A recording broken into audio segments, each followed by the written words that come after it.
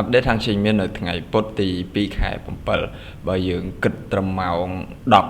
10:32នាទីព្រឹកយើងឃើញថាតម្លៃហាងឆេងមាសបច្ចុប្បន្ននេះគឺនៅតម្លៃ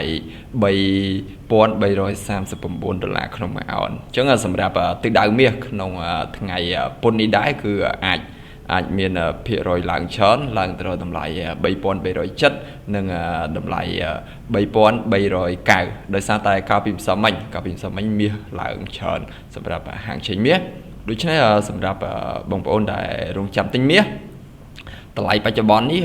យើងកុំតណាទិញអីនៅតម្លៃ$3,339នេះដោយសារតម្លៃនេះវាខ្ពស់ដែរហើយបើសិនជាមាសចុះមករកតម្លៃ$3,310គឺយើងអាចទិញបានហើយតម្លៃនេះយើងគួរទិញតូចមកល្មមអីទៅហើយបើសិនជាមាសចុះមករកតម្លៃ$3,380តម្លៃនេះគឺល្អក្នុងការទិញពិសេសបងប្អូនដែលទិញមាសគីឡូតម្លៃនេះគឺល្អគឺនៅតម្លៃ$3,280ហើយតម្លៃមួយនេះក៏យើងអាចទិញបានដែរគឺនៅតម្លៃក្រោមនេះតម្លៃលើនេះគឺនៅតម្លៃ$3,000ខ្ទង់$3,330ឬក៏29នេះយើងអាចទិញបានគ្រាន់តែតម្លៃនេះបើសិនជាយើងទិញយើងគួរទិញតូចបានហើយ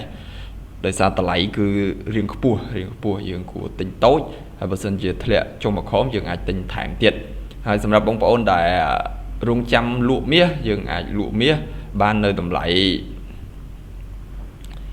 $3,370តម្លៃនេះយើងអាចលក់បានហើយបើសិនជាមាសធ្លាយតម្លៃ$3,370យើងអាចលក់ថែមទៀតនៅតម្លៃ$3,390នៅពេលដែលទីផ្សារឡើងដល់តម្លៃខាងលើនេះភាគរយដែលទីផ្សារចុះមកវិញគឺមានច្រើន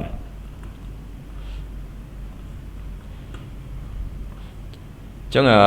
ខ្ញុំនឹងអាប់ដេតតម្លៃមាសបន្ថែមទៀតនៅក្នុង Channel Telegram អញ្ចឹងបងប្អូនអាចចូលរួមបានហើយសម្រាប់បងប្អូនដែលចង់បើក account trade នៅ Blackwell អាចឆាតតាម Telegram 016879511